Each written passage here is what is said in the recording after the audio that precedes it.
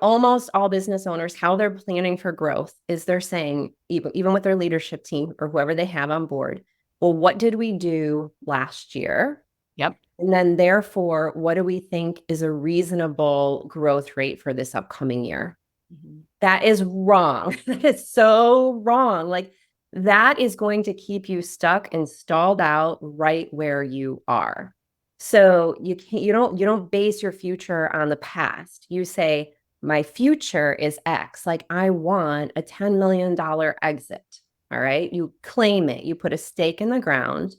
And then you say, now moving backwards from here, what does that mean if I have a 3-year, run on this? What does it mean in terms of what growth rate we have to hit in the next year, in year 2, and in year 3?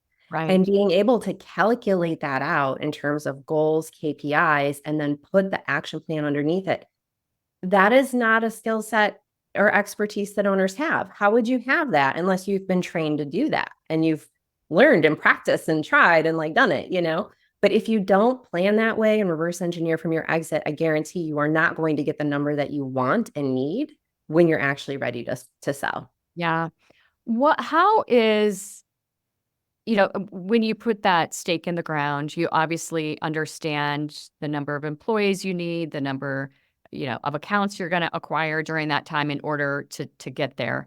Mhm. How often um, are situations like talent attraction, big issue today with a lot of companies? How are issues like that affecting the ability to really reach that goal?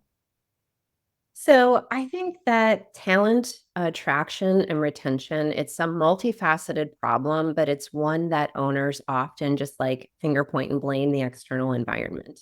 Hmm. There is not a shortage of talented people. It's kind of like that revenue problem, right? Where I'm chasing revenue because I need revenue, and that's a symptom. So if you're having a hard time attracting and retaining talent, the things that we have to look at are culture, huge. Hmm. Like I'll tell you right now, and this, so many people do not get rid of chronic underperformers. Right. You are a high performing person who is stuck on a team and in a company where other people are allowed to underperform and do it chronically, you go somewhere else. Right. Right. And owners tend to not know, like notice that, or they think they're doing the right thing by holding on to people. They're afraid to fire and afraid to let people go and afraid that they won't find the next person, when really all of those fears are what is creating the problem of them not being able to attract and retain high quality talent. Compensation is obviously a part of it too, but it is not the end all be all. For high achieving people, it is much more about, are there high expectations in this business?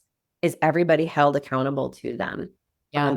That is a bigger cultural shift that sometimes needs to happen. And we absolutely like often are walking our owners through those pieces.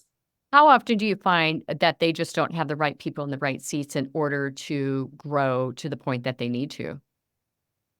It's usually a couple of key people that need to be moved, right? Like it's very rare that we're like wipe the slate clean. But there's usually a couple of people. Now, those people either need to be completely moved out or just repositioned. Right. In an They're area where just not. yes.